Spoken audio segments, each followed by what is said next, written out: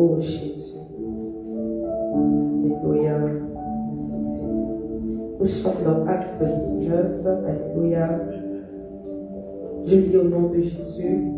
Pendant qu'Apollos était à Corinthe, Paul, après avoir parcouru les hautes provinces de l'Asie, arriva à Éphèse. Ayant rencontré quelques disciples, il leur dit: avez-vous reçu le Saint-Esprit quand vous avez cru? Ils lui répondirent: nous n'avons pas même entendu qu'il y a un Saint-Esprit. Alléluia. Nous n'avons pas même entendu dire qu'il y ait un Saint-Esprit. Paul est en train de s'adresser aux chrétiens, aux disciples. Alléluia. Il n'est pas en train de s'adresser aux païens. Il est en train de s'adresser aux personnes qui sont censées avoir reçu Jésus comme Seigneur et Sauveur, aux personnes qui sont censées être enseignées, aux personnes qui sont censées connaître la parole de Dieu. Alléluia. Aux personnes qui sont censées avoir rencontré Jésus au travers des Écritures, parce qu'il est lui-même la parole faite de chair. Amen. Nous ne l'avons pas rencontré physiquement comme les apôtres qui ont marché avec lui, mais nous le rencontrons au travers sa parole. Nous apprenons à faire connaissance avec lui au travers sa parole. Amen. Et nous recevons son esprit quand nous l'acceptons.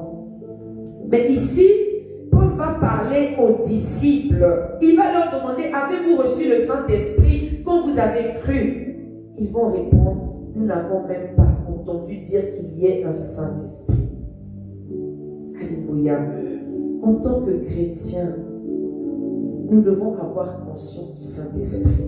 Nous devons savoir qu'il y a le Saint-Esprit de Dieu qui existe. Jésus va dire qu'il est avantageux que je m'en aille. Sinon le Saint-Esprit ne viendra pas, le consolateur ne viendra pas. Celui qui est censé nous conduire dans toute la vérité. Alléluia. Si nous n'avons pas conscience de lui, si nous n'avons pas conscience de ce guide, si nous n'avons pas conscience de ce consolateur, si nous n'avons pas conscience de ce conseiller, si nous n'avons pas conscience de cet ami fidèle, de ce formateur, de ce professeur, comment allons-nous marcher dans toute la vérité? Alléluia. Pour bénéficier de ce qu'il est capable de nous donner, nous devons prendre conscience qu'il existe, qu'il fait partie de nous. La Bible va dire: ne savez-vous pas que votre corps est le temple du Saint-Esprit? Donc si ces disciples-là n'avaient même pas entendu parler du Saint-Esprit, ça veut dire qu'ils ne savaient même pas qu'ils étaient le temple du Saint-Esprit. Alléluia. Alors j'aimerais dire à quelqu'un qui a reçu Jésus comme Seigneur et Sauveur, il faut savoir que le Saint-Esprit de Dieu fait partie du package. Et le Saint-Esprit dans notre vie ne peut qu'avoir des avantages. Nous devons prendre conscience de sa présence. Nous devons nous connecter à lui. Nous devons développer une intimité avec lui. Nous devons faire de lui notre ami fidèle, notre plus proche, notre premier conseiller. Celui que nous devons consulter dans toute épreuve, dans toute chose, avant tout choix, avant toute initiative. Alléluia. Paul va leur demander: de quel baptême avez-vous donc été baptisés?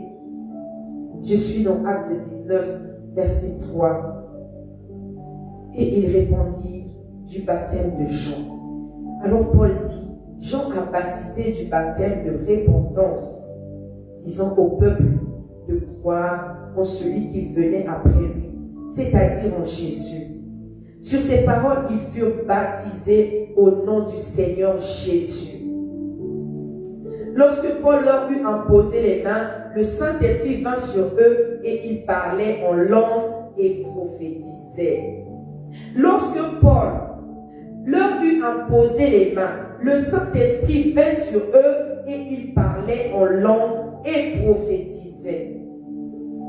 Juste peu de temps avant que Paul ne parle avec ses disciples, ses chrétiens, ils ne connaissaient pas le Saint-Esprit. Ils n'avaient même pas entendu parler du Saint-Esprit. Ils n'avaient même pas profité des avantages d'avoir le Saint-Esprit. Ils n'avaient même pas encore, je peux dire, expérimenté le miracle. Parce que c'est le Saint-Esprit de Dieu en nous qui nous permet d'expérimenter le miracle.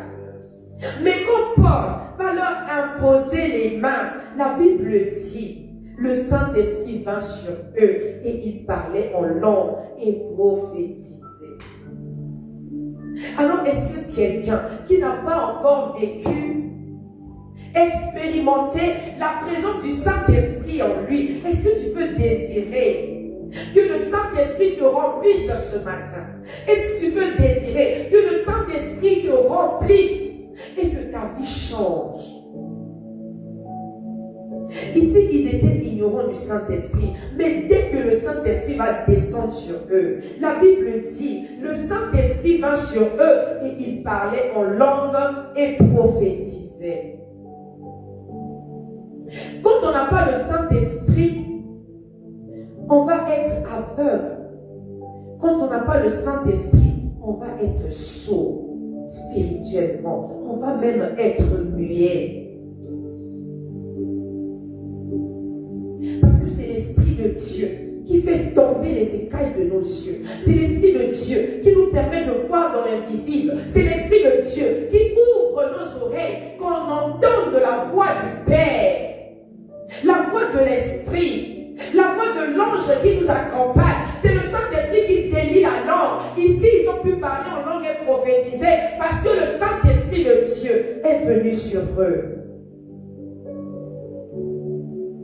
Alors toi qui n'entends plus, ou toi qui ne rêves pas, toi qui ne retiens pas tes rêves, toi qui es aveugle spirituellement, parce que quelqu'un qui ne rêve plus, quelqu'un qui n'a pas d'essence, quelqu'un qui ne retient pas ses rêves, parce que c'est l'une des façons par lesquelles Dieu nous parle, par son esprit.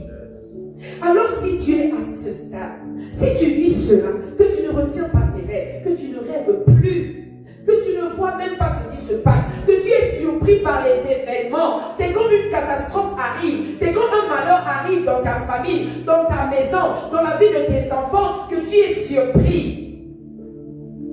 Alors désire de développer cette relation, cette intimité avec le Saint-Esprit de Dieu, qui va ouvrir tes yeux, qui va ôter le voile sur tes yeux, qui va faire tomber les écailles de tes yeux, pour que tu sois prévenu de ce qui est en train de se tramer dans le monde des ténèbres avant que cela ne t'arrive.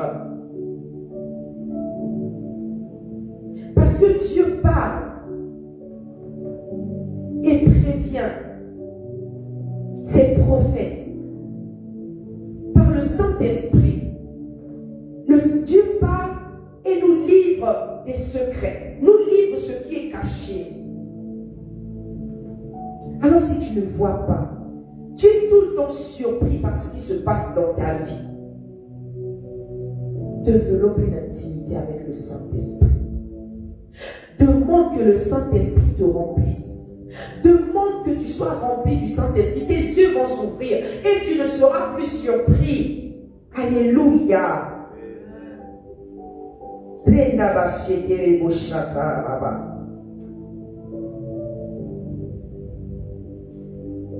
n'y a pas que les prophètes de titre qui sont censés prophétiser. Amen. Toute personne est d'abord prophète de sa vie. Toute personne est d'abord premier prophète de sa vie. Ici, quand ils ont commencé à prophétiser, ils n'étaient pas prophètes, mais l'Esprit de Dieu a délié leur langue. Alors, en tant que chrétiens, en tant qu'enfants de Dieu, nous avons le pouvoir de prophétiser sur nos vies. Nous avons le pouvoir de faire des déclarations sur nos vies et de voir cela s'accomplir par le Saint-Esprit de Dieu. Mais pour ça, il faut la foi. Pour ça, il faut avoir conscience de cet esprit. Pour ça, il faut être en communion avec cet esprit qui va délier ta langue et qui va te donner ce pouvoir-là, qui va alimenter tes paroles de cette puissance d'accomplissement afin que quand tu proclames, quand tu prophétises sur ta vie, tu vois cela s'accomplir au nom de Jésus-Christ. Alléluia. Marendere Borabashete. Marendere Kerebo Shakayandarabashete. Alléluia.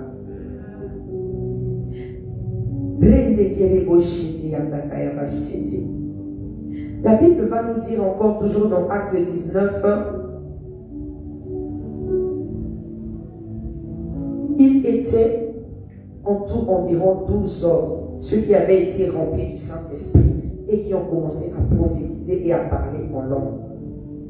Ensuite, Paul entra dans la synagogue où il parla librement pendant 3 mois. Il discourut sur les choses qui concernent le royaume de Dieu, s'efforçant de persuader ceux qui l'écoutaient. Mais comme quelques-uns restaient endurcis et incrédules, décriant devant la multitude la voix du Seigneur, il se retira d'eux, sépara les disciples et enseigna chaque jour dans l'école d'un nommé Tyrannus. La Bible dit que quelques-uns restaient endurcis et incrédules, décriant devant la multitude la voix du Seigneur. Paul s'est séparé d'eux.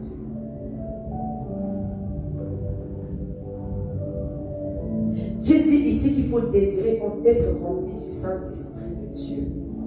Mais pour que le Saint-Esprit nous remplisse, pour que le Saint-Esprit fasse un avec nous, pour que le Saint-Esprit habite pleinement en nous, nous devons être disposés. Notre cœur doit être disposé. Notre corps doit être véritablement le temple du Saint-Esprit. Par notre comportement, par notre vie de consécration, en gardant la parole de Dieu, en faisant la volonté de Dieu, en marchant selon la volonté de Dieu, tout d'abord en acceptant Jésus comme Seigneur et Sauveur et en faisant de lui notre Dieu. Parce que tout commence par l'acceptation de Jésus comme Seigneur et Sauveur dans notre vie. Ici, pendant que Paul parlait, il y avait qui ne croyaient pas. Il y avait qui avaient leur cœur dur. Dans l'église, nous trouvons encore ceux qui ont leur cœur dur. Alléluia. Qui ne croient pas que Jésus est capable d'accomplir certaines choses. Il y a même des gens qui se disent chrétiens, mais qui disent que ce qui s'est passé dans la Bible, ça s'est passé dans la Bible. Ils ne croient pas que Dieu peut le faire encore aujourd'hui. Mais pour que Jésus agisse dans nos vies, notre foi doit être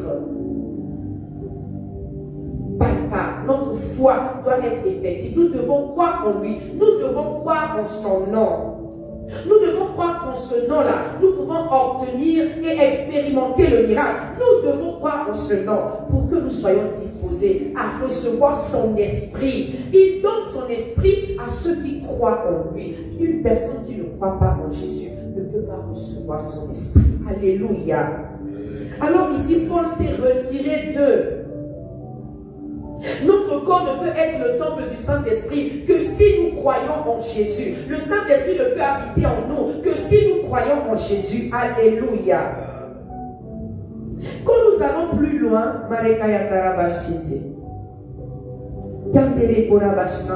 la Bible va dire quelques exorcistes, je suis au verset 13, quelques exorcistes juifs ambulants essayèrent d'invoquer sur ceux qui avaient des esprits malins, le nom du Seigneur Jésus, en disant, je vous conjure par Jésus que Paul prêche.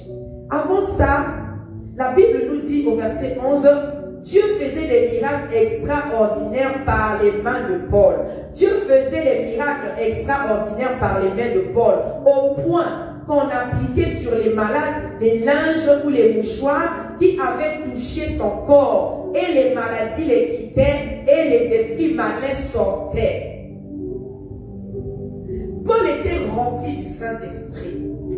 Paul ne vivait que pour et par Jésus-Christ de Nazareth, alors qu'il avait ce pouvoir, cette puissance, cette capacité de faire ces miracles, au point où des objets qui le touchaient pouvaient guérir les malades. Alléluia.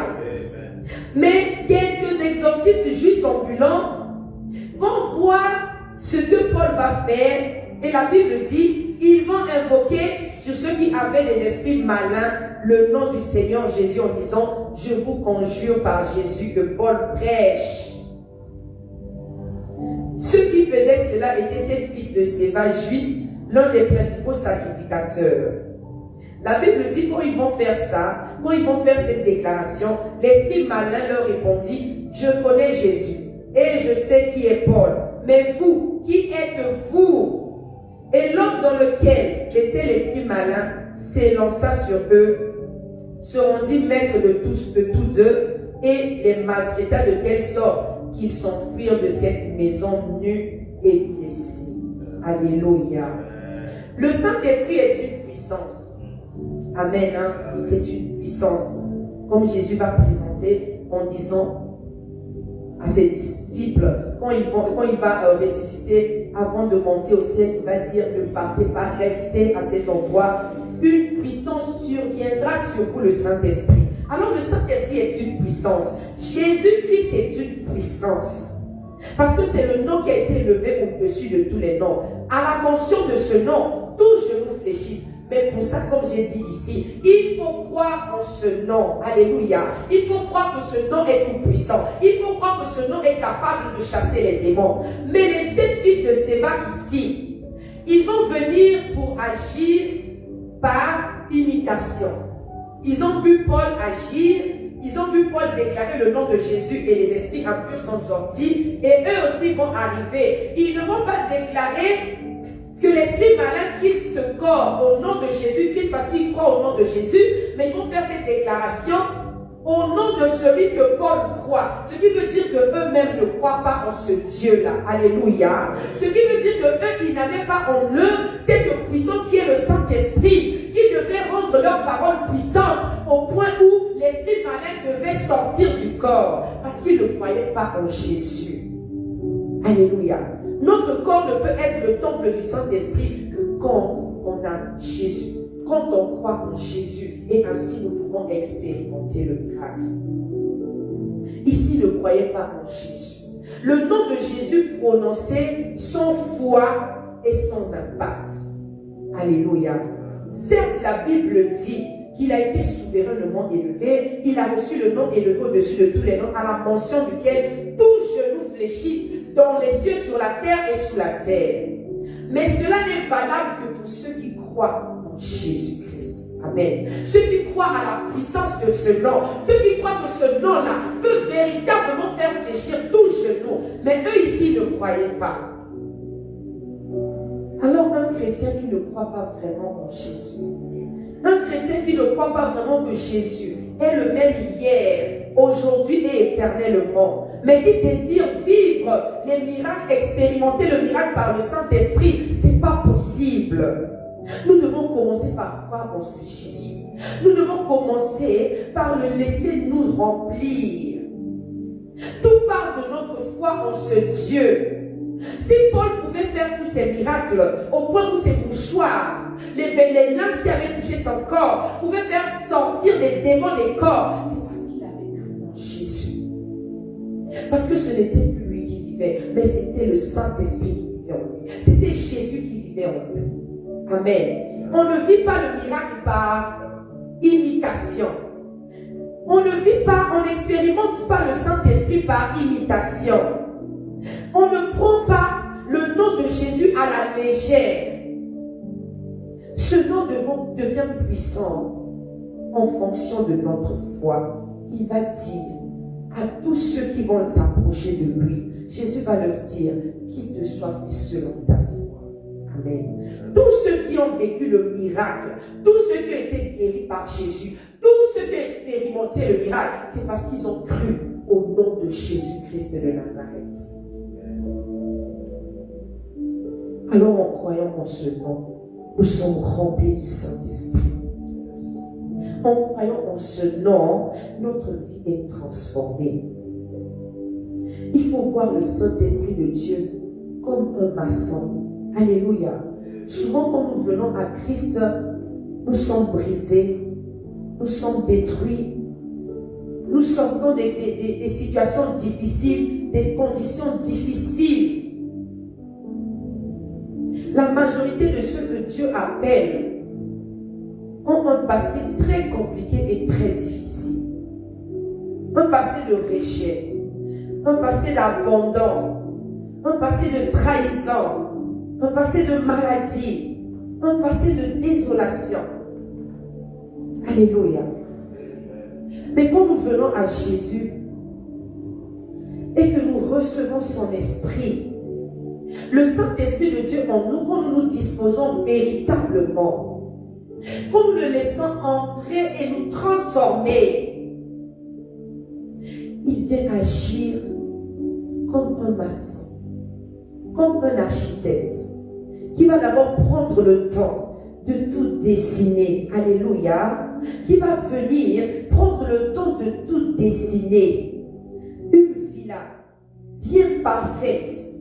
Qui va prendre le temps de s'assurer que déjà son schéma n'a pas de défaut. Alléluia. Et ensuite il va agir comme un maçon qui va commencer à bâtir petit à petit, en commençant par la fondation. Il va arriver dans les ruines que nous sommes avant d'arriver en Jésus. Parce que souvent quand nous venons à Jésus, nous sommes en ruine. Notre vie est en ruine. Nos cœurs sont en ruine. Alléluia.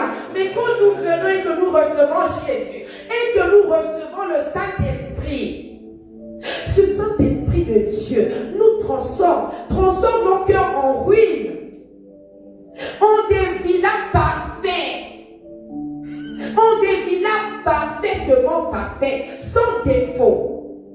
Il va bâtir brique par brique. Alléluia. C'est ce que Jésus fait dans nos vies quand nous l'acceptons comme Seigneur et Sauveur. C'est ce que le Saint-Esprit fait. Il restaure notre âme. Jésus va dire, l'Esprit de Dieu est sur moi, il m'a oint pour guérir les cœurs brisés. Le Saint-Esprit de Dieu parle à quelqu'un ce matin. Le Saint-Esprit est en train de dire à quelqu'un ce matin, toi qui as ton cœur en ruine, toi qui as ta vie en ruine,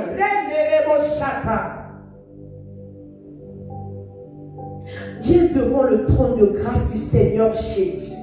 Toi qui as tellement cherché, toi qui as tellement pleuré, tu as consulté des psychologues, tu t'es confié aux personnes qui se sont moquées de toi, tu as vécu tellement de malheur dans ta vie. Moi, j'aimerais te présenter un architecte, un maçon parfait, qui va reconstruire ton cœur, qui va reconstruire ton cœur, qui va balayer les ruines de ta vie, qui va donner une forme que tu n'imaginais même pas à ta vie, qui va te restaurer, qui va te relever, qui va ôter l'opprobre de ta vie, qui va changer ton nom. Alléluia. Dieu va dire dans Isaïe, tu ne seras pas déshonoré, mais tu oublieras la honte de ta jeunesse. Alléluia. Tu oublieras la honte de ta jeunesse. Alors je ne sais pas par quoi tu es passé, par quoi tu passes. Je ne sais pas ce que tu vis. Tu te dis à bout, tu te dis que tu n'as plus de solution. Tu te dis à quoi bon ça sert à continuer comme ça. Moi j'aimerais te dire que Jésus-Christ de Nazareth est prêt à changer ta vie, à transformer ta vie ce matin. Deviens ami du Saint-Esprit. Accepte Jésus. Dis au Saint-Esprit, me voici. Voici mon cœur. Voici ma vie. Regarde, je suis foutu. Jésus va te restaurer. Jésus va te remplir de son esprit. Et ta vie ne sera plus jamais la même. Alléluia. Cet homme qui était couché à la piscine de Bethesda pendant 38 ans. Cet homme-là, il devait être désespéré. Année après année, il voyait ceux qui venaient après lui entrer dans cette eau, que l'ange bougeait, l'eau qui bougeait quand l'ange descendait, amen, et recevait leur guérison. Il voyait des malades, il a sûrement vu des malades par centaines, par milliers, passer devant lui pendant 38 ans et recevoir leur guérison. Mais lui, il était toujours au même endroit parce qu'il n'avait personne, parce qu'il était seul, parce qu'il ne savait pas comment arriver jusque-là. Mais cet homme-là n'a pas dit ok, que je trouve un moyen de retourner chez moi si après 10 ans, 20 ans, 30 ans, 38 ans, je n'ai pas pu arriver là, dans cette eau et être guéri, c'est que ça n'arrivera pas. Il est quand même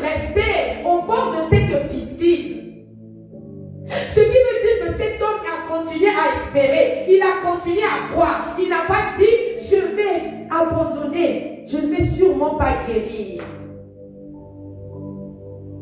Alors, bien-aimé, toi qui es dans ton problème, dans ta situation, dans ton combat, dans ton désarroi depuis je ne sais combien de temps, j'aimerais te dire que Jésus peut changer ta vie, ta situation.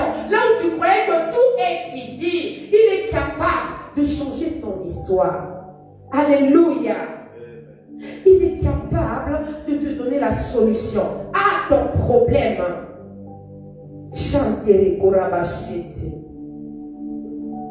Mais il faut juste qu'il soit ton Dieu. Il faut juste qu'il occupe la première place dans ta vie. Il faut juste que tu lui donnes la place qu'il mérite. Alléluia. Qu'il ne soit pas ton Dieu comme un Dieu seulement. Pour certains chrétiens, Jésus n'est pas leur Dieu, mais il est un Dieu. Alléluia. C'est comme ça que les fils de Sceva vont dire, ils vont chasser le démon, pas au nom de Jésus, mais au nom de Jésus que Paul prêche. Alléluia. Il y a des chrétiens qui croient que Jésus, c'est pour des ministres de Dieu, c'est pour des gens loin. Alléluia. Que c'est un Dieu, mais pas leur Dieu. Jésus-Christ est le Dieu de tous. Il s'est donné à la croix pour tous ceux qui veulent l'accepter comme Seigneur et Sauveur. Alléluia. Alors, toi qui es dans une situation compliquée et difficile, désespérée, qui est prêt à abandonner, toi qui es dans la dépression, toi qui as une maladie qui dure depuis je ne sais combien de temps, toi qui es dans un célibat qui a déjà poussé des corps, toi qui es stérile et qui a déjà consulté tous les gynécologues de la terre, toi qui cherches du travail depuis des années et que tu ne trouves pas, moi je viens présenter Jésus ce matin et je viens dire qu'il est un Dieu qui est capable de changer toute situation. Alléluia. Tout est possible à celui qui croit en ce Dieu. Que le Saint-Esprit de Dieu donne de la foi à un homme, à une femme ce matin, de sorte à ce que tu puisses désirer au fond de toi, que tu puisses tellement croire au fond de toi, comme la femme à la perte de sang qui va seulement soupirer. Quand elle va entendre parler de Jésus, elle va dire si je puis seulement toucher le pan de sa robe, si je puis seulement toucher le pan de sa robe, je serai guérie. Alléluia. Et elle va toucher par sa foi tellement qu'elle croyait.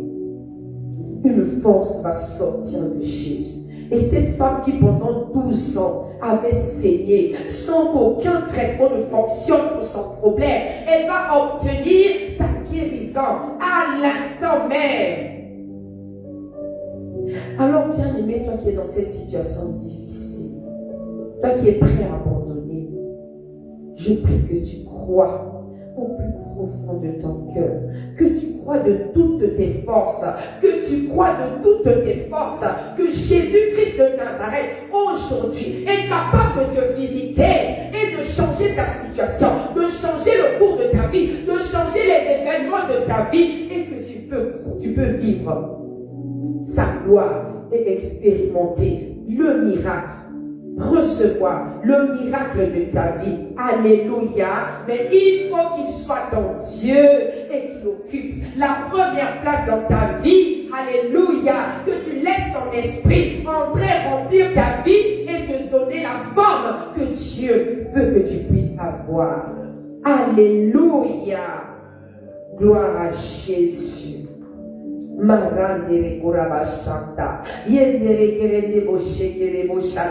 Est-ce que nous pouvons prier? Est-ce que quelqu'un peut prier et désirer que le Saint-Esprit de Dieu t'aide? Alléluia. Est-ce que quelqu'un qui ne croyait pas encore à Jésus, quelqu'un qui ne l'avait pas encore